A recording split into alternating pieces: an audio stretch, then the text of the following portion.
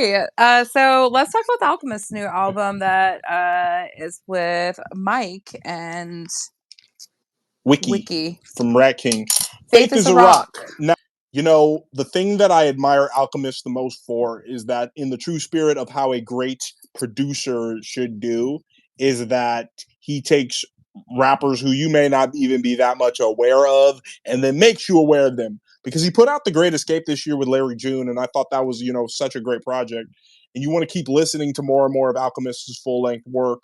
And I didn't know much about Wiki. I just knew he came from this NYC rap group called Rat King, and they have a song from years ago with King Cruel. We love King Cruel on beatbox. Wavers, and then King Cruel. Mike has done songs with Earl Sweatshirt. Mike actually sounds a lot like Earl, but Mike's out of the Philly, New Jersey, New York City area. He's from the East Coast. He spent time in London.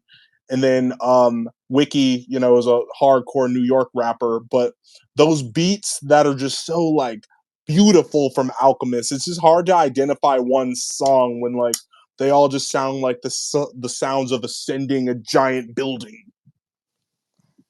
I wrote really good notes on this. Good, because I pulled all that out of my ass. But Faith is a Rock. We're a fan of it. We're of support of that. I put on. Hey, guess what time it is? It's your official first reminder of the Beatbox playlist. Link in my bio. It has every song we've ever reviewed on this podcast, and we're up to almost 200 songs, guys. That's a lot of beatbox. Isn't that crazy? That's so cool. So the first one is Stargate that I did out of that one. It's obviously sci-fi influenced. It had a haunting type beat throughout the whole thing. It was a old school horror sci-fi sound looped. What I do notice about this album and the way that it was produced by the Alchemist, it was a way of mixing the beats to complement the lyrics in a way that both stand completely alone, isolated from each other, and it made it feel like two different songs. What do you think about that? I think that, on the songs where Wiki and Mike go bar for bar, I think that's where I gravitate to the most. But I will tell you this, though, it's because when it's so hard to pull away individual tracks because the whole thing cohesively just sounds like a really good masterpiece as one, I'm in favor of that, too. Huggy Does It is in the chat, everybody. Follow him. Amazing artist out of Southern California. Gotta follow Huggy Does It.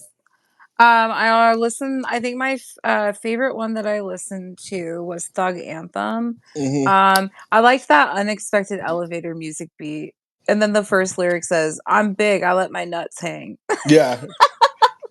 The elevator music beats. That's what I was trying to say. The elevator music beats on here are so good.